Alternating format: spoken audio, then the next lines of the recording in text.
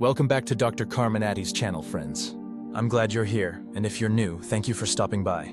On this channel, we dive deep into the crossroads of artificial intelligence, cybersecurity, and quantum computing. If you value clarity in a world clouded with tech hype, you're in the right place. Please take a moment to like, subscribe, and hit the bell icon so you don't miss future videos. And yes, I want to hear from you. Drop your thoughts, critiques, and topic requests in the comments section below. Now let's dive into today's subject, one that challenges a widespread assumption in the AI community. It's time to examine a sobering reality laid bare by the recent paper titled, "The Illusion of Thinking: Understanding the Strengths and Limitations of Reasoning Models via the Lens of Problem Complexity," a work produced by a formidable team from Apple, Shojaee, Iman Mirzadeh, Kayvan Alizadeh, Maxwell Horton, Sami Bengio, and Mirzadeh Farajtabar. Let's start at the heart of the matter. For years now, the AI community has celebrated the emergence of large reasoning models, what we call LRMs. These are language models that have been modified or trained to exhibit more rigorous and articulate reasoning behaviors. They think, or at least they appear to. They use chains of thought, self-reflection, and structured multi-step inference to solve tasks ranging from math problems to complex planning puzzles. But here's the problem. What does it mean for a model to think? Can we even call it reasoning? And when complexity scales, does that thinking break down? These are the foundational questions the authors confront, and they do it not by testing standard math benchmarks, but by diving into controlled symbolic puzzle environments that allow for fine-tuned complexity analysis. The first insight from this study is blunt and hard-hitting. Large reasoning models fail to generalize reasoning when problem complexity passes a critical threshold. In plain terms, they fall apart. And I mean that literally. Their performance collapses to near zero accuracy as problem difficulty increases. You might be thinking, well, that makes sense, right? Harder problems are harder. Sure, but what's striking is the specific way they fail. The authors identify three regimes and three distinct behaviors. 1. Low complexity. In this domain, standard LLMs models with no special reasoning modifications often outperform LRMs. They are leaner, more token efficient, and surprisingly accurate. 2. Medium complexity. Here, LRMs pull ahead. Their ability to generate lengthy chains of thought and explore alternative paths begins to show real benefits. 3. High complexity. This is where the entire system, both standard LLMs and LRMs, falls apart. Accuracy drops to zero. The reasoning, the exploration, the token use, everything collapses. What's even more disturbing is the behavior the authors term counterintuitive scaling. You would expect that as problems get harder, models would think more, burn more tokens, and explore more options.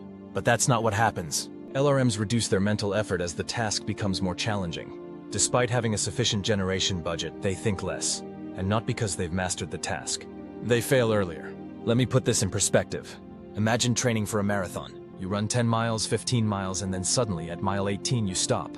Not because you're tired, however, because you think you're done. That's what LRMs do.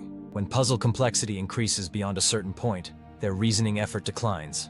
It's as if their internal planning circuits short-circuit. The authors highlight this behavior using puzzle environments that simulate classic planning tasks, such as the Tower of Hanoi, checker jumping, river crossing, and blocks world.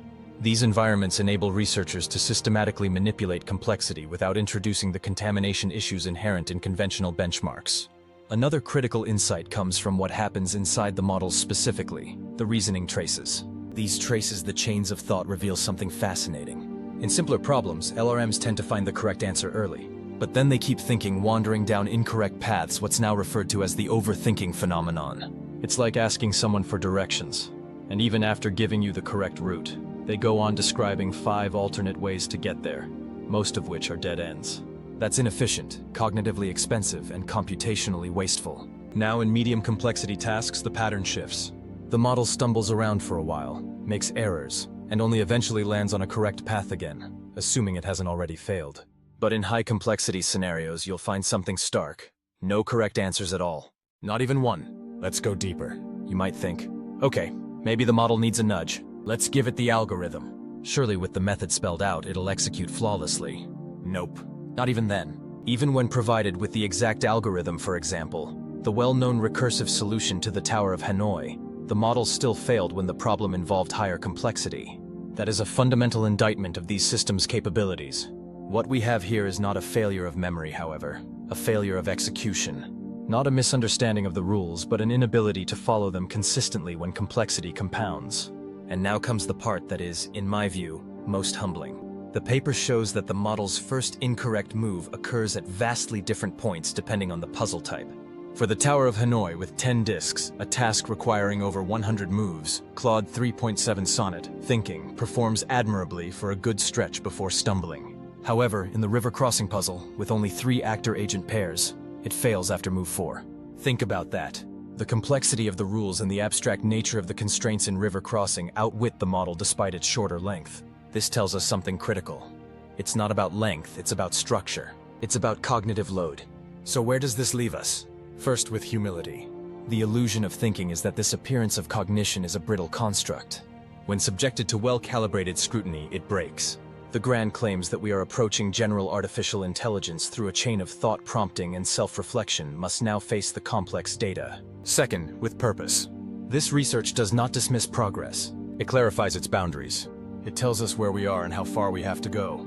And let me be very clear, we are nowhere near generalizable reasoning at scale. And finally, with direction. The authors suggest that current evaluation methods are inadequate. We need better tools, controlled environments, simulator-based validation, and structured task scaling to measure progress meaningfully. So what can you, the viewer, take from this? If you're an AI practitioner, build with eyes wide open. Understand that model sophistication does not equate to robustness.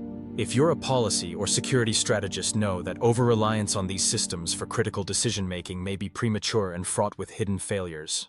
If you're simply a curious learner, congratulations. You are now among the few who understand the frontier better than the marketing slogans. Before we wrap up, I want to invite you again to join this growing community of critical thinkers. Like the video if you find it valuable. Share it with colleagues, students, researchers, or anyone wondering whether these so-called thinking models can think. And don't forget to subscribe. We've got a lot more coming on foundational models, quantum computing, cybersecurity, and beyond. And remember, there's no shortcut to wisdom and no substitute for clarity. Until next time, stay sharp, stay skeptical, and stay engaged.